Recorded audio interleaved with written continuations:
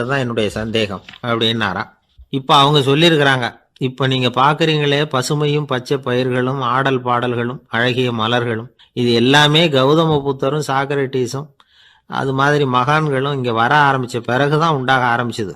இந்த பிரதேசத்தை அவங்க அப்படியே மாற்றிவிட்டாங்க. இப்போலாம் இங்கே இருக்கிறவங்க யாரும் சொர்க்கத்துக்கு போகிறதுக்கே ஆசைப்படுறதில்ல அப்படின்னாங்களாம். இந்த அதிர்ச்சியிலேயே அந்த பெரியவர் கனவு கலைஞ்சி முழிச்சுக்கிட்டார். இதில் இருக்கிற கருத்து என்னன்னா, நல்லவர்கள் எங்கே இருக்கிறாங்களோ அந்த இடத்துக்கு பேர் தான் சொர்க்கம். சொர்க்கம் நரகம்ங்கிறதெல்லாம் ஆன்மீக பண்புகள், அவ்வளவுதான். ஒரு ஊரில் 2 இணைபிரியாத நண்பர்கள். ஒருத்தன் கேட்டான், இப்போ கடவுள் நம்ம முன்னாடி உங்கள் 2 பேரில் யாராவது ஒருத்தர் மட்டும் என்னோட சொர்க்கத்துக்கு வரலாம் அப்படின்னு கூப்பிட்டா நீ என்ன சொல்லுவேன்னு கேட்டானா. இவன் ரொம்ப பெருந்தன்மையாக உன்னையே அழைச்சிட்டு போக சொல்லிடுவேன் அப்படின்ட்டுருக்கான். அப்படின்னா உனக்கு சொர்க்கம் வேணாமான்னு கேட்டிருக்கான் அவன். நீ என்னை விட்டுட்டு போனாவே அப்புறம் இந்த பூலோகமே எனக்கு சொர்க்கம் தாண்டா அப்படின்னு நானா இவன். ஒரு பெரிய காடு, அந்த காட்டுக்கு மத்தியில் ஒரு ஆசிரமம். அங்கே ஒரு முனிவர் இருந்தார். பல இடங்கள்லேருந்து வர்ற குழந்தைகளுக்கு அவர் பாடம் சொல்லி கொடுத்துக்கிட்டு இருக்கிறார். ஏழை பணக்காரர் அப்படிங்கிற வித்தியாசம்லாம் கிடையாதுங்க. எல்லாரும் அவர்கிட்ட தங்கள் பிள்ளைகளை அனுப்பி வச்சாங்க. மன்னர்களுடைய பிள்ளைங்க கூட அங்கே அவர்கிட்ட தான் படிக்கிறதுக்கு வருவாங்க. ஆனால் அந்த முனிவரை பொறுத்த வரைக்கும் எல்லா பிள்ளைங்களும் ஒன்று தான். இது யார் வீட்டு பிள்ளைன்னெல்லாம் பார்க்க மாட்டார், எல்லாரும் சமம். மாணவர்கள்லாம் அங்கேயே மாத கணக்கில் வருஷ கணக்கில் தங்கி இருந்து பாடம் கற்றுக்கிட்டு போகிறது வழக்கம். அவராக பார்த்து போன்னு சொல்கிற வரைக்கும் அங்கேயே இருக்கணும், படிக்கணும். குருகுல வாசம். ஒரு சமயம் ஒரு ராஜகுமாரனும் அவர்கிட்ட படிச்சுக்கிட்டு இருந்தான். அவனுக்கு ஒரு 15 வயசு இருக்கும். சில வருஷம் கழித்து இந்த முனிவர் தன்கிட்ட இருக்கிற மாணவர்களுக்கெல்லாம் பரீட்சை வச்சார். அவங்களுடைய அறிவு முதிர்ச்சியை கணிக்கிறதுக்காக பல சோதனைகள்லாம் வச்சார். ஒவ்வொருத்தராக பார்த்து இனிமேல் நீங்கள் உங்கள் வீட்டுக்கு போகலாம் அப்படின்னு சொல்லி அனுப்பி வச்சுக்கிட்டு இருக்கிறார். எல்லாரும் போயிட்டாங்க. கடைசியாக மிஞ்சி இருந்தது ஒரே ஒரு மாணவன். அவனை மட்டும் வீட்டுக்கு அனுப்பலை. யார் அந்த பையன் தெரியுமா? அவன்தான் அந்த ராஜகுமாரன். ராஜகுமாரனுடைய தந்தைக்கு, அதுதான் இந்த ராஜாவுக்கு, அங்கே வயசு ஏறிக்கிட்டே போகுது. என்ன இது படிக்க போன பையன் இன்னும் திரும்பி வரலையே அப்படின்னு நினச்சார். வந்துட்டா சீக்கிரமாக அவனுக்கு பட்டம் கட்டிவிட்டு நாம் விலகிக்கலாமே அப்படின்னு நினச்சார். கல்யாணம் வேறு பண்ணி பார்க்கணும் பையனுக்கு. ஆனால் பையன் வர்ற வழியை காணும். ராஜா பார்த்தார்.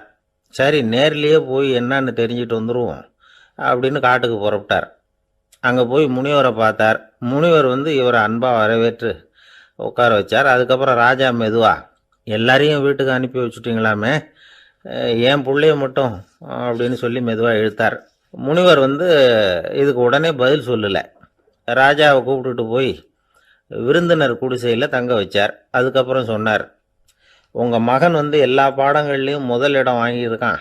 இப்படி முதலாவதாக வர்ற மாணவனுக்கு நாங்கள் இன்னொரு தேர்வு வைக்கிறது வழக்கம். அதுலேயும் அவன் முதலாவதாக வந்துட்டான்னா அவன் ஒரு பெரிய வித்வான் அப்படிங்கிற கௌரவத்தை அடைஞ்சிருவான் அப்படின்னார். அதாவது முனிவர் அப்படி சொல்கிறார். அப்படி சொல்லிவிட்டு போயிட்டார் அவர். ராஜா அங்கேயே தங்கிட்டார். ராத்திரி படுத்து தூங்கினார். காலையில் எழுந்திரிச்சு அந்த குடிசைக்கு வெளியில் வந்தார் பல்லு விளக்கிறதுக்காக. அந்த சமயத்தில் தூரத்தில் ஒருத்தன் ஒரு கையில் கோடாலியை வச்சுக்கிட்டு தலையில் ஒரு பெரிய விறகு கட்டை சுமந்துக்கிட்டு வந்துக்கிட்டு இருக்கிறது மாதிரி தெரிஞ்சது. யாராவது விறகு வெட்டியாக இருக்கும் அப்படின்னு நினச்சார் ராஜா. கிட்ட வந்ததும் உத்து பார்க்குறாரு. பார்த்தா அது தன்னோட புள்ள. திகைச்சு போயிட்டார். என்ன இது, ஒரு ராஜகுமாரனை கூட இது மாதிரி வேலையெல்லாம் செய்ய சொல்கிறாங்களே அப்படின்னு நினச்சார். ராஜகுமாரன் விறகு கட்டை கொண்டுகிட்டு போய் கொல்லை பக்கம் வச்சான். அந்த சமயம் முனிவர் அங்கே வந்தார். என்ன மகனே, விறகு வெட்டிட்டு வந்துட்டியா? சரி, இப்போ ஒரு துடைப்பத்தை எடுத்துக்கோ, விருந்தினர் குடிசையின் வாசல் பக்கத்தை கூட்டி பெருக்கி சுத்தம் பண்ணு போ அப்படின்னார். அப்படியே செய்கிறேன் குருவே அப்படின்னு சொல்லிவிட்டு போனான். சுத்தம் பண்ண ஆரம்பிச்சிட்டான். ராஜா பார்த்தார் இதை. உடனே ஓடியாந்தார். மகனே, என்ன காரியம் பண்ணுற? துடைப்பத்தை கீழே போடுனார். இப்போ அந்த ராஜகுமாரன் சொல்கிறான், தந்தையே, இது என்னுடைய குருதேவரோட உத்தரவு. இங்கே நான் ஒரு மாணவன். இங்கே அரசனும் ஒன்று தான், ஆண்டியும் ஒன்று தான். குருதேவர் சொல்கிறத மறுக்காமல் செய்கிறது தான் எங்கள் கடமை அப்படின்னா. இந்த சமயம் முனிவர் அங்கே வந்தார். இவனை முதுகில் தட்டி கொடுத்தார். அப்புறம் ராஜா கிட்ட சொன்னார், அரசே, உங்கள் புள்ள எங்கள் கடைசி தேர்வுலேயும் வெற்றி பெற்றுட்டான். பணிவு தான் மாணவர்களின் மிக உயர்ந்த குணம். குருநாதர் சொல்கிறது மனசுக்கு பிடிக்கலைன்னா கூட மறுக்காமல் செய்யணும். அப்படி செய்கிறதுனால எதை செய்யலாம் எதை செய்யக்கூடாது அப்படிங்கிற விவேகம் அவங்களுக்கு வந்துடும். செய்யக்கூடாததை கூட பெரியவங்க சொல்லிவிட்டா செஞ்சு தான் ஆகணும் அப்படிங்கிற பணிவு அவங்களுக்கு வந்துடும். இந்த குணம் வந்துட்டுதுன்னா அவங்க எத்தனை கடினமான வேலையாக இருந்தால் கூட ரொம்ப சுலபமாக செஞ்சு முடிச்சிருவாங்க. தூக்கத்திலேயும் அப்புறம் துக்கத்திலேயும் துவண்டு போட மாட்டாங்க. இந்த பணிவும் விவேகமும் அவங்கக்கிட்ட மன உறுதியை ஏற்படுத்தும். அந்த உறுதி உங்கள் பையனுக்கு வந்தாச்சு. இனிமேல் அவனை நீங்கள் அழைச்சிட்டு போகலாம். அவன் நிச்சயமாக பேரும் புகழும் பெறுவான் அப்படின்னார். ராஜா அவரை பார்த்து, குருதேவா புரிஞ்சுக்கிட்டேன், என்னை மன்னிக்கணும் அப்படின்னாரு. அதுக்கப்புறம் மகனை அழைச்சிக்கிட்டு நாட்டுக்கு திரும்பி வந்துட்டார். இந்த கதையை இன்று ஒரு தகவலில் சொல்லுங்க சார், உங்கள் நிகழ்ச்சியில் சொல்லுங்க சார் அப்படின்னு சொல்லி மாணவர்கள் கேட்டால் பணிவாக இருக்கிறது எப்படி அப்படிங்கிறத புரிஞ்சுக்குவாங்க அப்படின்னு சொன்னார் ஒருத்தர். சரி சொல்லுவோம், அதுக்கு முன்னாடி நேர்லேயே ஒரு பையன்கிட்ட சொல்லி பார்க்கலாமே அப்படின்னு தோணுச்சு. உடனே ஒரு பையனை கூப்பிட்டோம். ஏன்பா உங்கள் வாத்தியார் உனக்கு இது மாதிரி ஒரு பரீட்சை வச்சா என்ன பண்ணுவேன் அப்படின்னு கேட்டோம். நானும் அப்படி தான் சார் நடந்துக்குவேன், விறகு வெட்டுவேன், தொடப்பத்தினால கூட்டி சுத்தம் பண்ணுவேன், உடனே செஞ்சு முடிச்சிருவேன் சார் அப்படின்னா. பலே பரவாயில்லையே அப்படின்னோம். ஆமாம் சார், அப்படி செஞ்சால் தானே வீட்டுக்கு அனுப்புவார், இல்லைன்னா இன்னொரு வருஷம் இங்கேயே இருந்து படின்னு சொல்லி விடுவார், அதனால் அப்படி செய்வேன் அப்படிங்கிறான் அந்த பையன். இந்த உலகத்தில் உண்மையாகவே வேதாந்தம் பேசுகிறவங்களும் உண்டு, உள்ளுக்குள்ளே வேற மாதிரி இருந்துக்கிட்டு வெளியில் வேதாந்தம் பேசுகிறவங்களும் உண்டு. ஒரு ஆள் இருந்தார். அவரு ஒரு கடை வச்சு வியாபாரம் பண்ணிக்கிட்டு இருந்தார். மகா கஞ்சன், யாருக்கும் எந்த உதவியும் செய்ய மாட்டார். எச்சில் கையென்ன ஈர கையை கூட உதற மாட்டார். அப்படிப்பட்ட மனுஷன். அந்த ஊருக்கு ஒரு முனிவர் வந்துக்கிட்டு இருந்தார். வருஷத்துக்கு ஒரு தடவை வருவார். ஒரு நாள் 2 நாள் இருப்பார், அப்புறம் போயிடுவார். அந்த முனிவர் வர்றப்போலாம் இந்த ஆள் எழுந்திரிச்சு ஓடி போய் அவரை வரவேற்பான். ரொம்ப பெரிய வேதாந்தி மாதிரி அவர்கிட்ட பேசிக்கிட்டு இருப்பான். காயமே இது பொய், வெறும் காற்றடைத்த பையும்மா, தர்மம் தலைகாக்கும்மா. பணம் என்ன சார் பணம், இன்னைக்கு ஒருத்தன் கையில் இருக்கும், நாளைக்கு ஒருத்தன் கையில் இருக்கும், எல்லாம் மாயம். எனக்கு தான் இன்னமும் இந்த சம்சார பந்தத்திலிருந்து விடுபடுறதுக்கு நேரம் வரலேம்மா. அந்த முனிவரும் இந்த ஆள் இப்படி சொல்கிறத கேட்ட உடனே, ஏப்பா அப்படி சொல்கிற, இப்போ கூட நீ சரின்னு சொல்லு, உனக்கு தீட்சை கொடுத்து இதிலேருந்து விடுபடுற ஞானத்தை போதிக்கிறேன் பார். உடனே அந்த ஆள் என்ன சொல்லுவான் தெரியுமா? ஐயோ சாமி, இப்போ அது எப்படிங்க முடியும், பிள்ளைங்கள்லாம் சின்ன சிறுசுங்க, அதுகளுக்கெல்லாம் ஒரு கல்யாணம் காட்சின்னு செஞ்சு கடமையை முடிச்சுட்டா நீங்கள் சொல்கிறபடி செஞ்சு விடலாமா. சரி, இன்னும் முனிவர் போயிடுவார். அடுத்த வருஷம் வருவார். இவன் வழக்கம் போல் வேதாந்தம் பேசுவான். சரி தீட்சை கொடுக்குறேன் வா அம்பார்.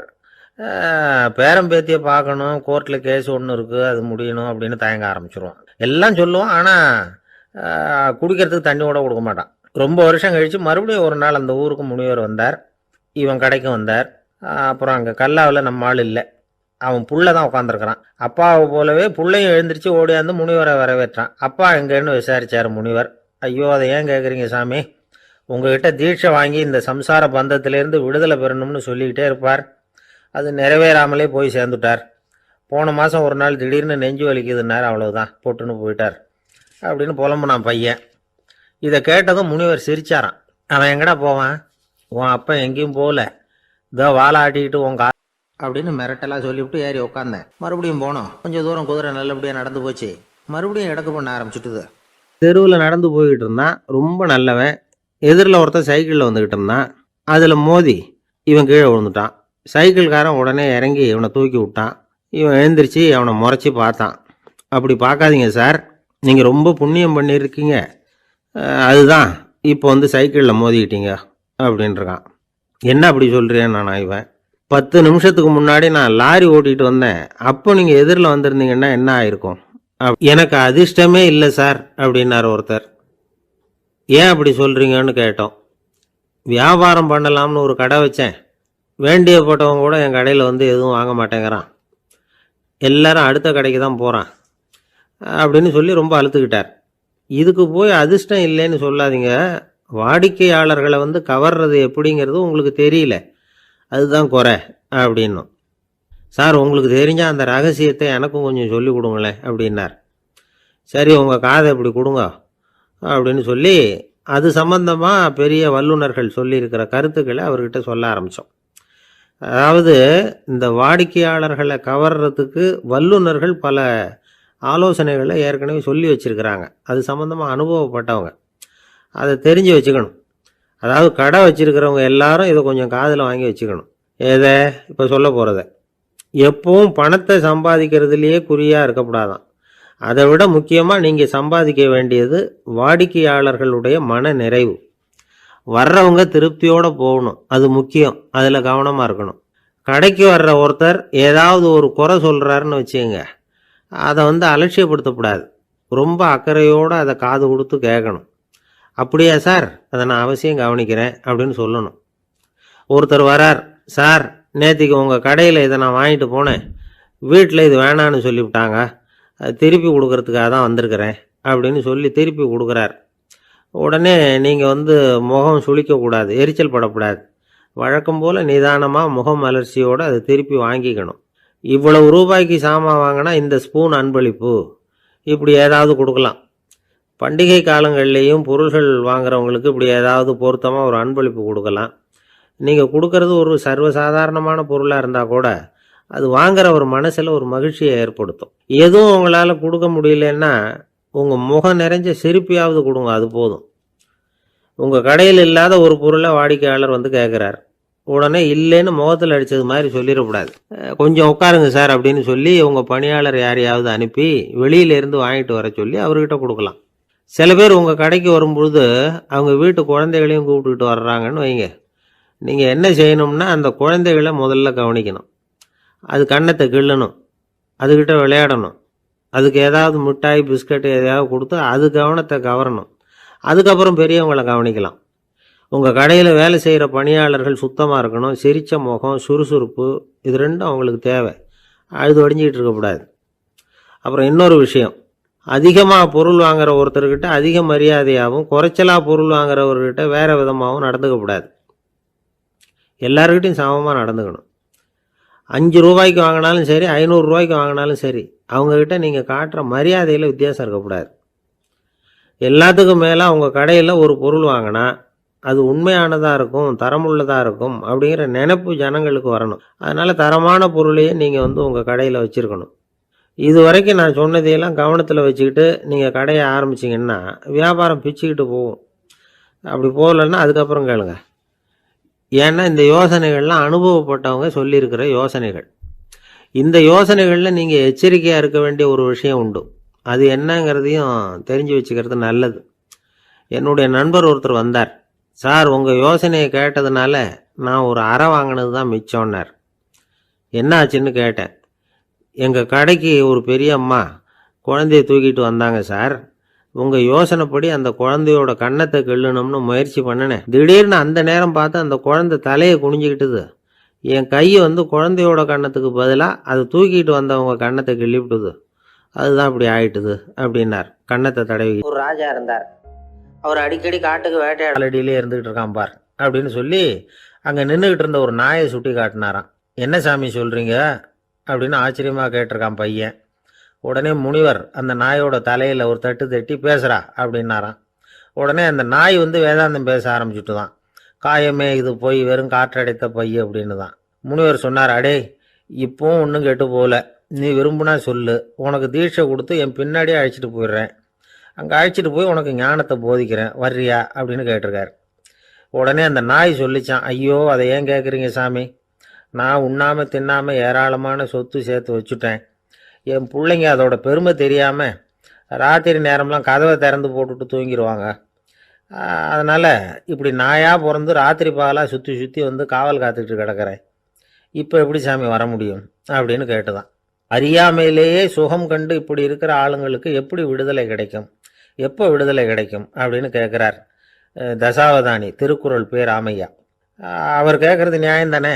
இந்த காலத்து பையன் ஒருத்தன் அப்பா கிட்ட சொன்னான், அப்பா இன்னைக்கு நான் 1 ரூபா மிச்சப்படுத்தி விட்டேன் அப்படின்னு. நானும் அப்படியா, என்னடா பண்ணேன்னு கேட்டிருக்கார் அப்பா. டவுன் பஸ்ஸில் ஏறாமல் அது பின்னாடி. என்ன அப்படி சொல்கிறேன்னு நான் இவன் 10 நிமிஷத்துக்கு முன்னாடி நான் லாரி ஓட்டிகிட்டு வந்தேன், அப்போ நீங்கள் எதிரில் வந்திருந்தீங்கன்னா என்ன ஆயிருக்கும் அப்படின்னு நானும். அவன் ஒரு பெரிய தத்துவ சிந்தனையாளர் இருந்தார், சுவாங்சு அப்படின்னு பேர். அவருடைய மனைவி ஒரு நாள் திடீர்னு காலமாயிட்டாங்க.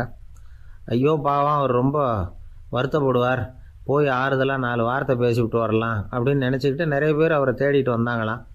வந்தவங்களுக்கு ஆச்சரியம், ஏன்னா இவர் வருத்தப்பட்டுக்கிட்டு இருப்பார் அப்படின்னு தானே எதிர்பார்த்தாங்க. அப்படி இல்லை, தாளம் போட்டுக்கிட்டு உட்காந்துருக்கிறார். தாளத்துக்கு தகுந்த மாதிரி பாட்டு வேறு பாடிக்கிட்டு இருக்கிறார்.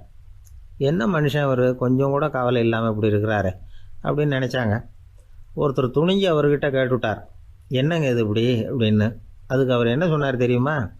இதை பாருங்கள், என்னுடைய மனைவி பிறக்கிறதுக்கு முன்னாடி அவளுக்கு உயிரும் கிடையாது, உடலும் கிடையாது.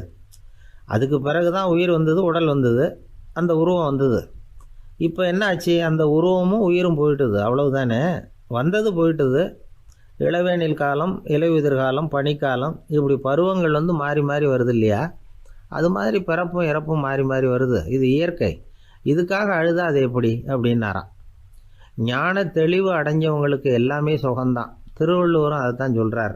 உறங்குவது போலும் சாக்காடு, உறங்கி விழிப்பது போலும் பிறப்பு. தூங்கிறதுக்கெல்லாம் நாம் வருத்தப்பட்டுக்கிட்ட இருக்கிறோமா? இன்றைக்கி தூங்க வேண்டியிருக்குதே, இன்னும் கொஞ்சம் நேரத்தில் நான் தூங்க வேண்டியிருக்கு அப்படின்னு சொல்லி யாராவது அழுதுகிட்டு இருப்பாங்களா? அதனால் இந்த உலக வாழ்க்கையினுடைய இயல்பை யதார்த்தத்தை நாம் தெளிவாக புரிஞ்சுக்கணும். அப்படி புரிஞ்சுக்கிட்டால் நாம் கவலை இல்லாமல் வாழ முடியும். ஒரு வயசான தாத்தா பாட்டி 60 வருஷத்துக்கு முன்னாடி அவங்களுக்கு கல்யாணம் ஆச்சு. ஒன்றாவே வாழ்ந்தாங்க, ஒன்றாவே இறந்து போனாங்க. இப்போ அவங்க 2 பேரும் சொர்க்கத்துக்கு போய் சேர்ந்தாங்க. அங்கே எல்லா வசதியும் இருந்தது. ஒரு பெரிய பங்களாவே இவங்களுக்கு ஒதுக்கி கொடுத்தாங்களாம். இதுக்கு எவ்வளவு வாடகைன்னு கேட்டார் தாத்தா. வாடகையெல்லாம் கிடையாது, இலவசம் அப்படின்னார் அங்கே இருந்தவர். அந்த வீட்டுக்கு பின்னாடி ஒரு பெரிய புல்வெளி இருந்தது. இதில் விளையாட ஏதாவது கட்டணம் உண்டான்னு கேட்டிருக்கார் தாத்தா. அதெல்லாம் ஒன்றும் கிடையாது, பணம்லாம் கட்ட வேண்டியதில்லை அப்படின்னார் அவர். பக்கத்தில் ஹோட்டல் மாதிரி ஒரு பெரிய கட்டடம், உள்ள சாப்பாட்டு மேஜைகள், அது மேலே விதவிதமான பலகாரங்கள். சாப்பாட்டுக்கெல்லாம் எவ்வளவு அப்படின்னு விசாரித்தாராம் தாத்தா. அதுதான் சொன்னேனே, இங்கே எல்லாமே இலவசம்தான். எது வேணும்னாலும் சாப்பிட்லாம், எவ்வளவு வேணும்னாலும் சாப்பிட்லாம் அப்படின்னாராம். நீங்கள் சொல்கிறீங்க அப்படி, ஆனால் நான் சர்க்கரை சேர்த்துக்கக்கூடாது, உப்பு சேர்த்துக்கக்கூடாது, பாட்டி கையால் எப்பவும் பத்திய சாப்பாடு தான் அப்படின்னாராம் தாத்தா. இதை பாருங்கள், இங்கே உங்களுக்கு அந்த கவலையும் வேண்டியதில்லை. இங்கே நீங்கள் ஸ்வீட்டு சாப்பிட்லாம், காரம் சாப்பிட்லாம், உங்களுக்கு எந்த நோயும் வராது அப்படின்னாராம் அங்கே சொர்க்கத்தில் இருந்தவர். இதை கேட்ட உடனே அந்த தாத்தா பக்கத்தில் நின்ன பாட்டியை பார்த்து கத்தினாராம், அடி பாவி, எல்லாத்தையும் கெடுத்துட்டியே, நீ எனக்கு பத்திய சாப்பாடு போடாமல் கண்டதை திங்க விட்டுருந்தா 10 வருஷத்துக்கு முன்னாடியே நான் இங்கே சேர்ந்துருப்பேனே அப்படின்னாராம். ஒரு காட்டில் ஒரு முனிவர் இருந்தார். ஒரு நாள் அவரை தேடிட்டு 4 பேர் வந்தாங்க. சுவாமி, எங்களுக்கு ரொம்ப நாளாக ஒரு சந்தேகம்னாங்க. என்னன்னு கேட்டார். இந்த உலகத்தில் எவ்வளவோ காரியங்கள் நடக்குது, எது நியாயம் போவார். சில நண்பர்களையும் கூட அழைச்சிக்கிட்டு போவார். காட்டுக்கு போனதும் ஆளுக்கு ஒரு பக்கமாக போய் வேட்டையாடுவாங்க. சாயந்தரமாக திரும்பி வருவாங்க. மறுநாள் அரண்மனையில் உட்காந்து ஒவ்வொருத்தரும் அவங்க அனுபவங்களை எல்லாம் சொல்லிக்குவாங்க. அவங்க வீரத்துக்கு தகுந்த மாதிரி பரிசை அந்த ராஜா கொடுப்பார். இது மாதிரி ஒரு தடவை எல்லாரும் வேட்டைக்கு போயிட்டு திரும்பி வந்ததும் உட்காந்து பேச ஆரம்பிச்சிருக்கிறாங்க. ஒருத்தன் சொன்னான், தன்னுடைய வீர தீர செயலை பற்றி அளக்க ஆரம்பிச்சிட்டான். ஏன்னா அதுக்கு பரிசு கிடைக்க போகுதில்ல, அதனால். அவன் என்ன சொன்னான் தெரியுமா? அரசே, நேற்றுக்கு காட்டில் என்ன ஆச்சு தெரியுமா? எனக்கு நேராக ஒரு சிங்கம் வாயை திறந்துக்கிட்டு வந்துட்டுது. நான் பயப்படவே இல்லை. உடனே ஒரு கல்லை எடுத்து குறி பார்த்து வீசினேன். சிங்கத்து வாய்க்குள்ளே போய் அந்த கல் மாட்டிக்கிட்டுது. அவ்வளவுதான். அந்த சிங்கம் என்னை பார்த்துட்டு பயந்துட்டு ஒரே ஓட்டமாக திரும்பி ஓடி போயிட்டுது அப்படின்னா. ஆஹா பலே அப்படின்னு எல்லாரும் கை தட்டினாங்க. 2வது ஆள் ஒருத்தன் எழுந்திரிச்சான். அவன் சொல்ல ஆரம்பித்தான், அரசே, நான் போன வழியில் 2 பெரிய மலைப்பாம்பு கிடந்தது, என்னை முழுங்கிறதுக்கு வந்தது. நான் என்ன பண்ணேன் தெரியுமா? அந்த 2 பாம்போட வாலையும் ஒன்றா சேர்த்து முடிச்சு போட்டுட்டேன். அவ்வளவுதான். அது அங்கே இழுக்க, இது இங்கே இழுக்க, முடிச்சு நல்லா எருகி போட்டுது அப்படின்றான். ஆஹா அற்புதம்னு சொல்லி எல்லாரும் கை தட்டினாங்களாம். அடுத்தபடியாக 3வது ஆள் ஒருத்தன் வந்தான். அவன் சொல்ல ஆரம்பித்தான், மன்னா, நான் போன பாதையில் குறுக்க ஒரு ஆறு, அதில் இறங்கி குளித்தேன். யாரோ காலை பிடிச்சி இழுக்கிறது மாதிரி இருந்தது. திரும்பி பார்த்தா ஒரு பெரிய முதலை.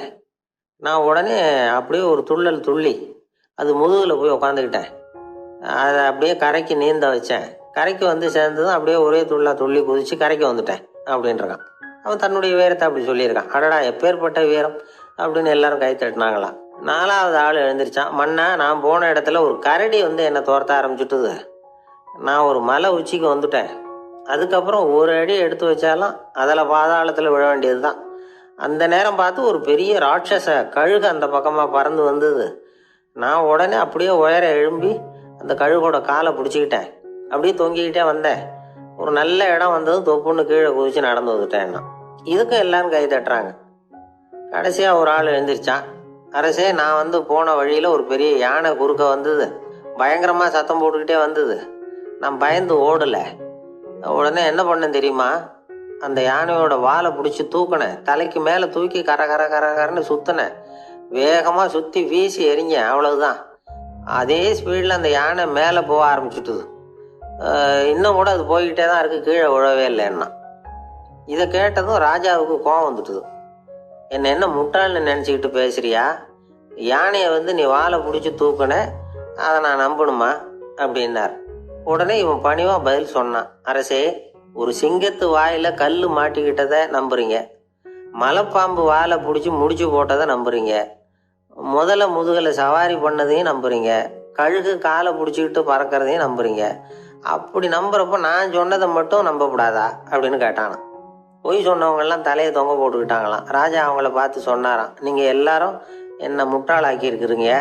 கடைசியாக பேசின இவன் தான் எனக்கு உண்மை எது பொய் எதுங்கிறத புரிய வச்சிருக்கிறான். இவன் தான் உண்மையான தைரியசாலி அப்படின்னு சொல்லி அவனுக்கே பரிசெல்லாம் கொடுத்து பாராட்டினாராம். இப்படி ஒரு கதை. உண்மையை நிலைநாட்டுகிறவன் தான் உண்மையான வீரன் அப்படிங்கிறத இதிலிருந்து நாம் புரிஞ்சுக்கணும். இந்த காலத்துல எல்லாம் பொய் சொன்னாதான் பிழைக்க முடியுங்கிறது ஒரு சில பேரோட நம்பிக்கை.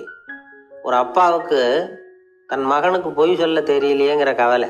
பொய் சொன்னாதான் இந்த உலகத்தில் பிழைக்கலாம், ஆனால் இவனுக்கு அது தெரியலையே, அதனால் இவனை அழைச்சிட்டு போய் நடுக்கடலில் விட்டுட்டு வந்துடுவோம் அப்படின்னு அழைச்சிட்டு புறப்பட்டான். கடற்கரைக்கு போனான். மகனுக்கு சந்தேகம், எங்கேப்பா என்னை அழைச்சிட்டு போகிறேன்னு கேட்டிருக்கான். கடலில் மீன் பிடிக்க கற்றுக் கொடுக்க போகிறேன் உனக்கு அப்படின்னானா. நான் ஏற்கனவே மீன் பிடிச்சிட்டேனேன்னானா இவன் மகன். எங்கே அதுன்னு கேட்டிருக்கான். அப்பங்காரன். சுட்டு சாப்பிட்டுட்டேன்ருக்கான் புள்ள. அப்பங்காரன் பார்த்தான், சரி நம்ம புள்ள பொழைச்சிக்கும் அப்படின்னு சொல்லி திருப்பி அழைச்சிட்டு வந்துட்டானா. ஒரு ஆள் அசையாமல் கிடக்கிறார், அவர் இருக்காரா போயிட்டாராங்கிறத எப்படி முடிவு பண்ணுறோம்? அவர் மூக்குக்கு முன்னாடி புறங்கையை வச்சு பார்க்குறோம், மூச்சு வருதா இல்லையா அப்படிங்கிறத கண்டுபிடிக்கிறதுக்காக. மூச்சுங்கிறது அவ்வளோ முக்கியமான ஒரு விஷயம். சுவாசம் இல்லைன்னா எதுவுமே இல்லை. நம்ம பூமி இருக்க அது கூட சுவாசிக்குதுங்கிறத சோவியத் விஞ்ஞானிகள் கண்டுபிடிச்சிருக்கிறாங்க. பூமிக்கு மேலே இருக்கிற மண் அடுக்கில் காற்றில் உள்ள ஆக்சிஜன் ஆக்சிகரணம் அடையுது அப்படின்னு தான் இது வரைக்கும் எல்லாரும் நம்பிக்கிட்டு இருந்தாங்க. ஆனால் இப்போ என்ன கண்டுபிடிச்சிருக்கிறாங்கன்னா, அந்த ஆக்சிஜன் பூமிக்குள்ளே 1 கிலோமீட்டர் ஆழம் வரைக்கும் ஊடுருவி போகுதான். பூமிக்குள்ளே 2 பக்கமும் பல கிலோமீட்டர் வரைக்கும் பரவுதான். பூமிக்குள்ளே இருக்கிற நீர்நிலை அடுக்குகள் தான் நுரையீரல் செய்கிற வேலையை செய்யுதான். நம்ம உடம்புல நுரையீரல் இல்லைன்னா ஒன்றும் நடக்காது.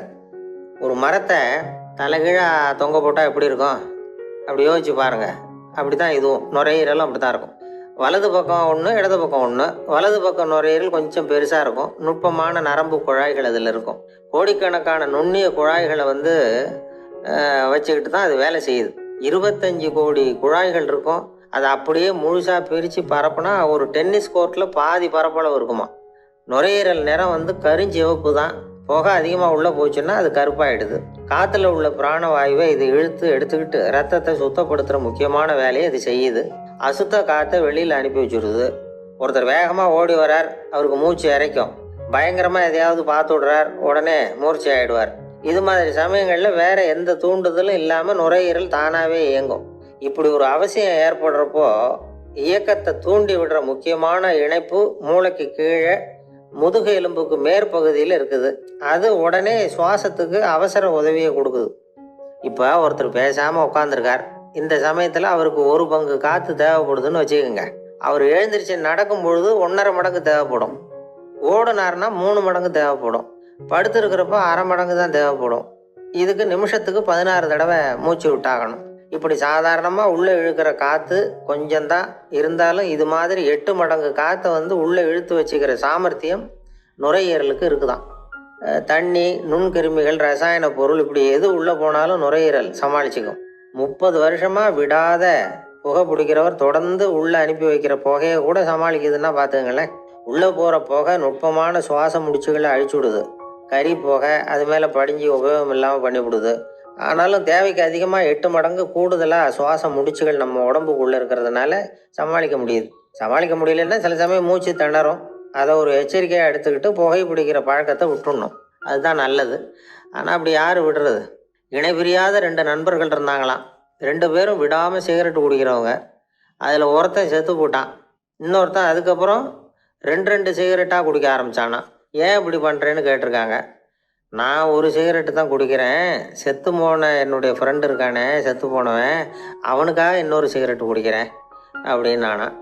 இது ரொம்ப ஆபத்து, விட்டுடு அப்படின்னு சொல்லியிருக்காங்க. சரின்னு ஒத்துக்கிட்டான். ஆனால் அதுக்கப்புறமும் ஒரு சிகரெட் வீதமாக குடிச்சிக்கிட்டே இருந்தான்.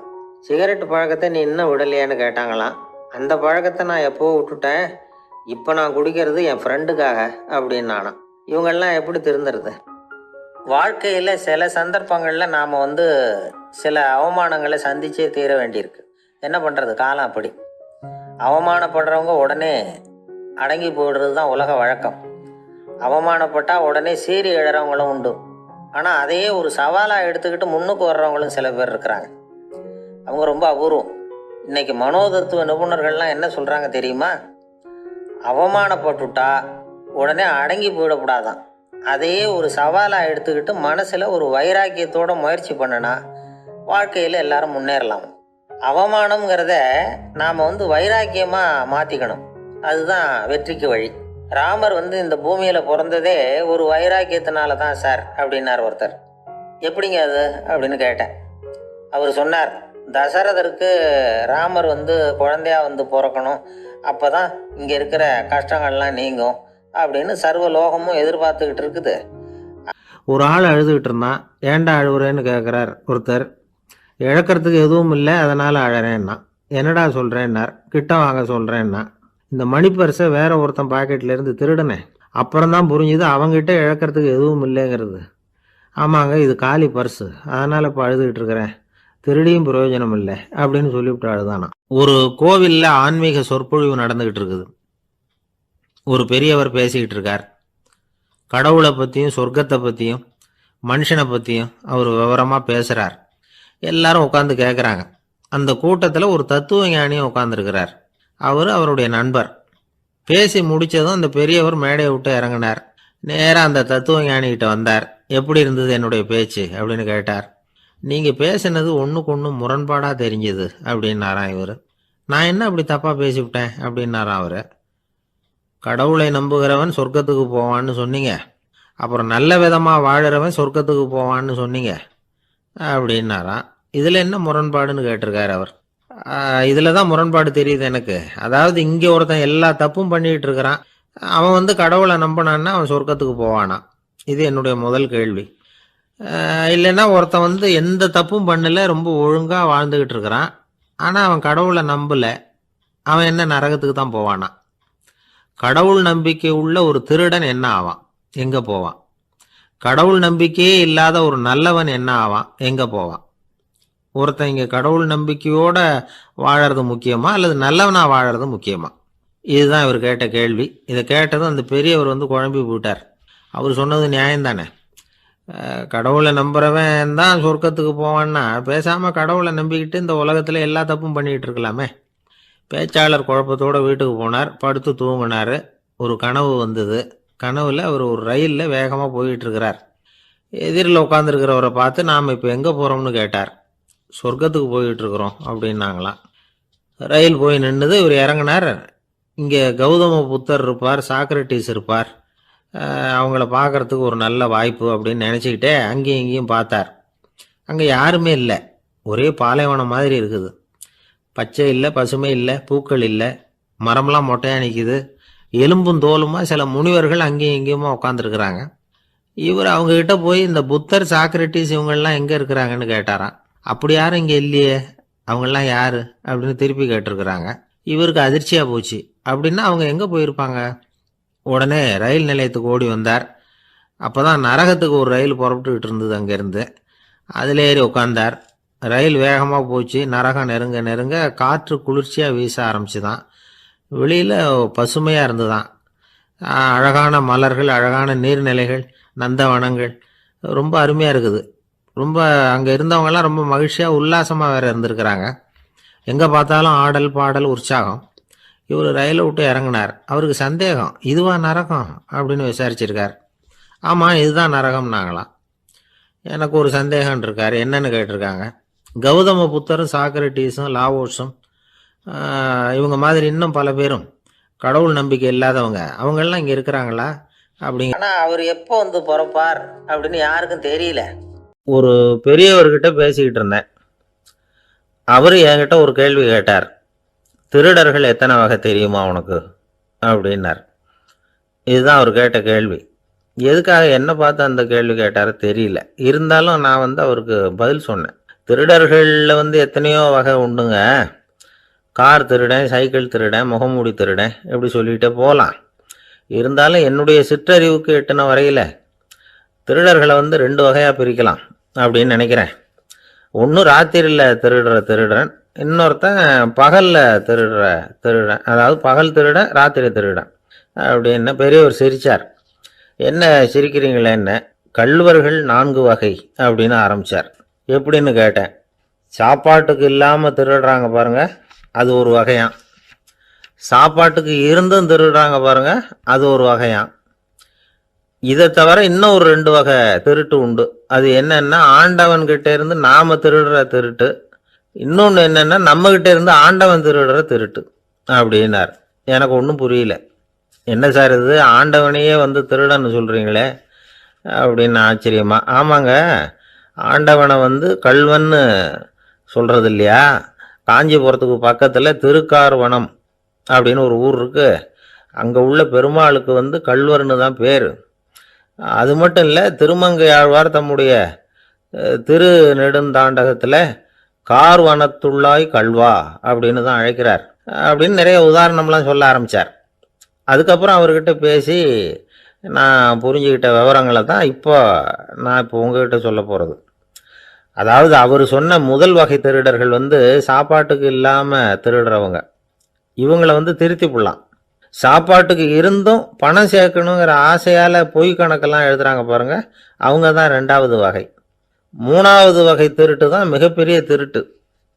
இறைவனுக்கு சொந்தமானதை நம்முடையதுன்னு நினைக்கிற திருட்டு. எது இறைவனுக்கு சொந்தமானது அப்படின்னா ஆத்மா.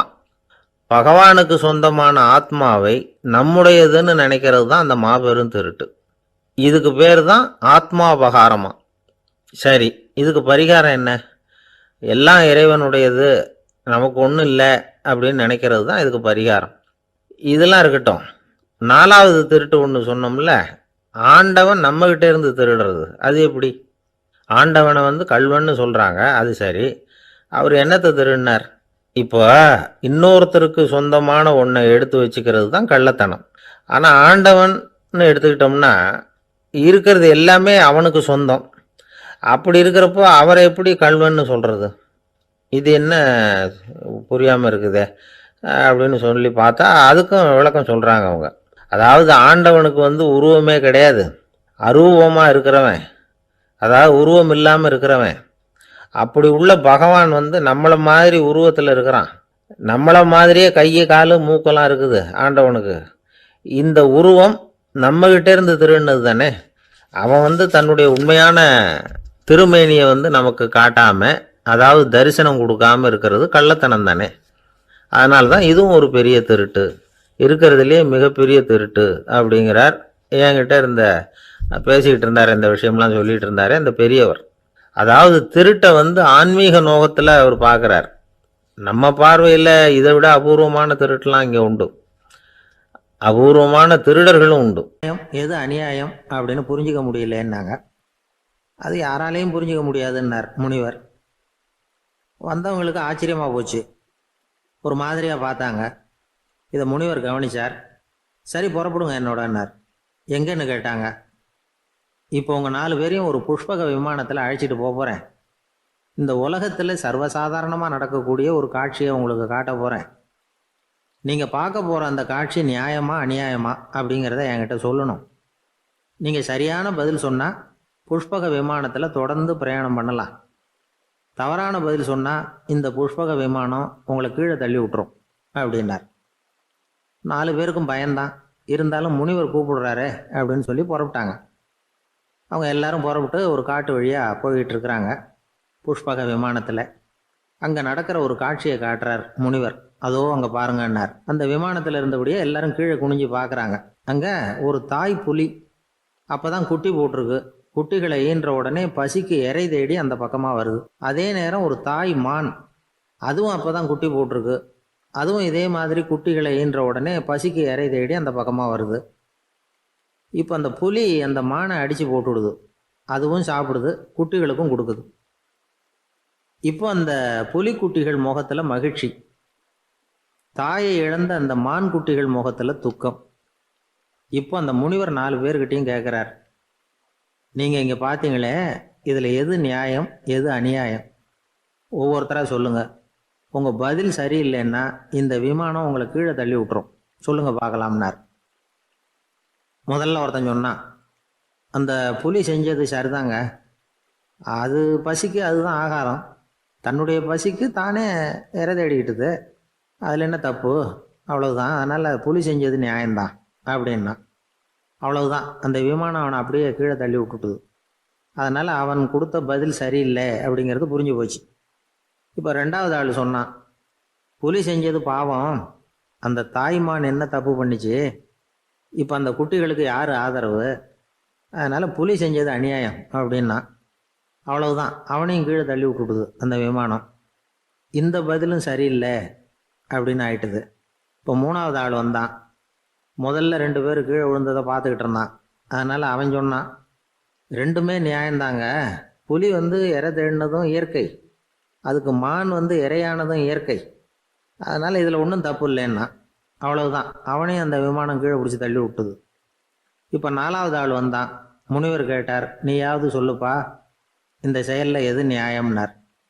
அவன் தெளிவாக பதில் சொன்னான். அதாவது என்ன சொன்னான்னா, எனக்கு தெரியல அப்படின்னா. அவனை விமானம் கீழே தள்ளலை, சௌரியமாக அழைச்சிட்டு போட்டுது. இவனும் பிரயாணம் சௌக்கியமாக பண்ணானான். ஆக இதுதான் சரியான பதிலுங்கிறத முனிவர் உணர்த்தினார். இந்த கதையிலிருந்து நாம் புரிஞ்சுக்க வேண்டியது என்னென்னா, இந்த உலகத்தில் எவ்வளவோ காரியங்கள் நடக்குது, அதெல்லாம் ஏன் அப்படி நடக்குதுங்கிறதுக்கு எப்பேற்பட்ட பண்டிதராலும் பதில் சொல்ல முடியாது. தெரியாததை தெரியாதுன்னு ஒத்துக்கிட்டா வாழ்க்கை பிரயாணம் சுகமாக இருக்கும். அதனால் தேவையில்லாத விஷயங்களை புரிஞ்சுக்கிறதுக்கு நேரத்தை செலவு பண்ணிகிட்டு இருக்கக்கூடாது, வாழ்க்கையை குழப்பிக்கக்கூடாது. வாழ்க்கைக்கு தேவையானது என்னவோ அதை மட்டும் புரிஞ்சுக்கிட்டா போதும். இந்த காலத்து ஆள் ஒருத்தன் ஒரு பெரியவரை தேடி வந்தான். ஐயா, ஒரு சந்தேகம்னா. என்ன உன்னுடைய சந்தேகம்னார். பகுத்தறிவுன்னா என்ன, விதின்னா என்ன அப்படின்னு கேட்டான். இதுக்கு அவர், இப்போ உன்னுடைய வலது காலை தூக்குன்னார். தூக்கினான். சரி, இப்போ உன்னுடைய வலது காலை கீழே இறக்காம உன்னுடைய இடது காலையும் தூக்குன்னார். தூக்கினான். பொத்துன்னு கீழே விழுந்துட்டான். பெரியவர் சொன்னார், உன்னால் ஒரு காலை தூக்க முடிஞ்சுது, அதுதான் பகுத்தறிவு. 2 கால்களையும் ஒரே சமயத்தில் தூக்குனா அடிபடும், அப்படிங்கிறது தான் விதி அப்படின்னு விளக்கம் கொடுத்தார். இவன் தன்னுடைய விதியை நொந்துக்கிட்டே இடுப்பை பிடிச்சிக்கிட்டு அங்கேருந்து நடந்து போயிட்டானான். ஒரு ஊரில் ஒரு பெரியவர் இருந்தார். ஒரு நாள் அவரை தேடி ஒருத்தர் வந்தார். ஐயா, நான் கடவுளை பரிபூர்ணமாக நம்புகிறேன் அப்படின்னார். சரி, அந்த நம்பிக்கை உனக்கு எப்படி வந்ததுன்னு கேட்டார் இவர். அவர் சொல்ல ஆரம்பித்தார், ஐயா, எனக்கு கல்யாணம் ஆகி 10 வருஷம் ஆச்சு, ஆனாலும் குழந்தை பாக்கியம் இல்லை. அதுக்கு என்ன காரணமாக இருக்கும்னு நான் யோசனை பண்ணிகிட்டு இருந்தப்போ நண்பர் ஒருத்தர் ஒரு ஆலோசனை சொன்னார். உனக்கு மதப்பற்று இல்லை, எந்த கடவுளையுமே நம்ப மாட்டேங்கிற, அதுதான் காரணம். கடவுளை நம்பு, உனக்கு குழந்தை பாக்கியம் கிடைக்கும் அப்படின்னார். அவர் அப்படி சொன்னாரே தவிர எனக்கு சந்தேகம்தான். இருந்தாலும் அவர் சொன்னபடியும் நடந்து தான் பார்ப்போமே அப்படின்னு முடிவு பண்ணேன். கடவுளை நம்ப ஆரம்பித்தேன். அந்த வருஷமே அழகான ஆண் குழந்தை பிறந்தது. எல்லாம் இறைவன் அருள் அப்படின்னார். இவர் இப்படி சொன்னதை கேட்டதும் அந்த பெரியவர் சொன்னார், நீ சொல்கிறதெல்லாம் சரிதான், இருந்தாலும் இந்த காலத்தில் எந்த ஒரு காரியமாக இருந்தாலும் அதை சோதனை செஞ்சு பார்த்துட்டு தான் ஒரு முடிவுக்கு சேர முடியும். அறிவுபூர்வமான முடிவு அதுவாக தான் இருக்கும். அறிவியல் சோதனைகள் அப்படித்தான். ஒரு குறிப்பிட்ட விஷயத்தை பற்றி எத்தனை தடவை சோதனை பண்ணாலும் ஒரே முடிவு தான் கிடைக்கணும், அதுதான் சரியாக இருக்கும். அதனால் இப்போ மறுபடியும் ஒரு சோதனைன்னார். என்ன செய்யணும் அப்படின்னு கேட்டார் இவர். கடவுள்கிட்ட ஒரு பெண் குழந்தை வேணும்னு கேளு. முதல்ல ஆண் குழந்தையை கொடுத்தது மாதிரியே இப்போ ஒரு பெண் குழந்தையையும் கொடுக்குறாரா பார்க்கலாம் அப்படின்னார். சரின்னு சொல்லி இவர் அதே மாதிரி முயற்சி பண்ணினார். அதுக்கப்புறம் அவர் இந்த பெரியவர்கிட்ட வரவே இல்லை. கொஞ்ச காலம் கழித்து இவரே அவரை தேடிக்கிட்டு போய் கதவை தட்டினார். அவர் கதவை திறந்தார். என்ன ஆச்சு, கடவுள் கண் திறந்தாரா அப்படின்னு கேட்டார். அவர், அந்த சமாச்சாரம்லாம் நமக்கு வேணாம் சார், முதல் தடவை அது ஏதோ தற்செயலாக ஏற்பட்ட ஒரு சாதகம். இப்போ நீங்கள் 2வது தடவை சொன்ன பிறகு தினமும் கடவுளை வேண்டிக்கிட்டு தான் இருக்கிறேன். ஒன்றும் நடக்கலை அப்படின்னார் ரொம்ப விரக்தியாக. ஒரே ஒரு தோல்வியில் உங்கள் நம்பிக்கையெல்லாம் பறந்து போயிடுது பார்த்தீங்களா அப்படின்னார் அந்த பெரியவர். எல்லாம் நல்ல விதமாக நடக்கிற வரைக்கும் நம்பிக்கை, எதிர்பார்த்தது தோல்வியில் முடிஞ்சுட்டுதுன்னா அவநம்பிக்கை. மற்றவர்கள் பேரில் வைக்கிற நம்பிக்கை எந்த நேரத்திலையும் விவகாரமாகி விடக்கூடிய சாத்தியம் உண்டு. நாம் நம்பிக்கை வைக்க வேண்டியது நம்மக்கிட்ட தான், நமக்குள்ளே இருக்கிறார் கடவுள். எனவே நம்ம பேரில் நாம் வைக்கிற நம்பிக்கை தான் உண்மையான கடவுள் பக்தி. நிபந்தனையற்ற நம்பிக்கையாக அது இருக்கணும். எல்லாம் நல்லபடியாக நடந்துக்கிட்டு இருந்தால் எந்த முட்டாளுக்கும் நம்பிக்கை வரத்தான் செய்யும் அப்படிங்கிறது ஒரு பெரிய ஒரு கருத்து.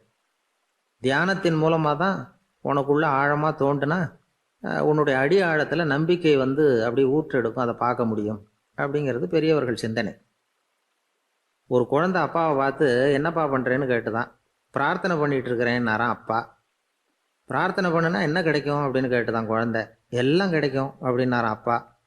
நீ வச்சிருக்கிறிய பேனா அது கூட கிடைக்குமான்னு கேட்டுதான் குழந்தை. ஓ கிடைக்குமேன்னு இருக்கார். அப்படின்னா அந்த பேனாவை என்கிட்ட கொடுத்துரு, நீ பிரார்த்தனை பண்ணி வேற பேனா வாங்கிக்கோ அப்படின்னு தான் அந்த குழந்தை. ஒரு வயசான பாட்டியும் தாத்தாவும் ஒரு பூங்காவில் உட்காந்து பேசிக்கிட்டு இருக்கிறாங்க. அவங்களுக்கு கல்யாணம் ஆகி 53 வருஷம் ஆச்சு. பிள்ளைங்கள்லாம் படித்து பெரிய பெரிய வேலையில் இருக்கிறாங்க. பேரன் பேத்திகளும் நல்ல நிலைமையில் இருக்கிறாங்க. இந்த தாத்தாவும் பாட்டியும் சிரித்து பேசிக்கிட்டு இருந்ததை ஒரு பெரியவர் பார்த்தார். அவருக்கு ஆச்சரியமாக இருந்தது. இந்த வயசுலேயும் இவ்வளவு அந்யோன்யமாக இவங்க பேசிக்கிட்டு இருக்கிறாங்களே அப்படின்னு நினச்சார். சரி நேரிலேயே கேட்டுருவோமே அப்படின்னு நினச்சிக்கிட்டு கிட்ட போனார். உங்கள் மன வாழ்க்கையின் வெற்றிக்கான ரகசியம் என்ன அப்படின்னு கேட்டார். இதை கேட்டதும் அந்த தாத்தா சிரிச்சுக்கிட்டே பாட்டியை பார்த்தாராம்.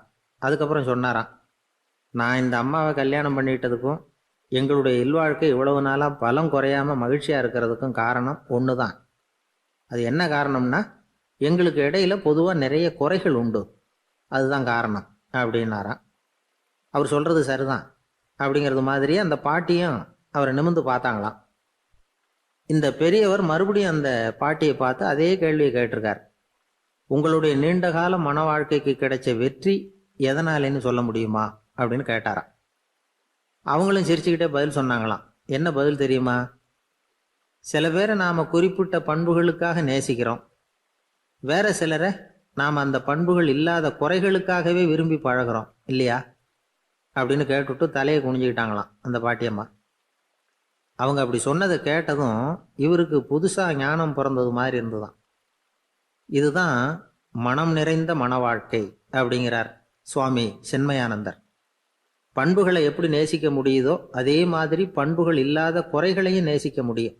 மனசு தான் காரணம். ஒரு மேல்நாட்டு தம்பதி, அவங்களும் தாத்தா பாட்டி தான். அவங்க 2 பேரும் ஒரு பூங்காவில் உட்காந்து சிரித்து பேசிக்கிட்டு இருக்கிறாங்க. அதை ஒருத்தர் பார்த்தார்.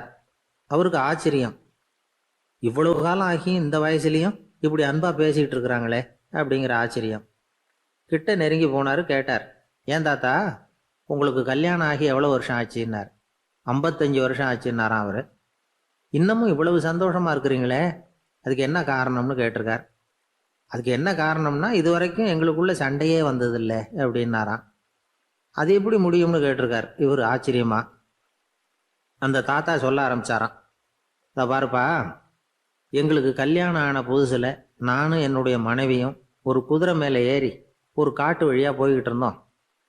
கொஞ்சம் தூரம் போனதும் அந்த குதிரை எடக்கு பண்ணிச்சு. நான் உடனே கீழே இறங்கி அந்த குதிரையை பார்த்து, இது உனக்கு முதல் தடவை அப்படின்னு மிரட்டலாக சொல்லிவிட்டு ஏறி உட்காந்தேன். மறுபடியும் போனோம். கொஞ்சம் தூரம்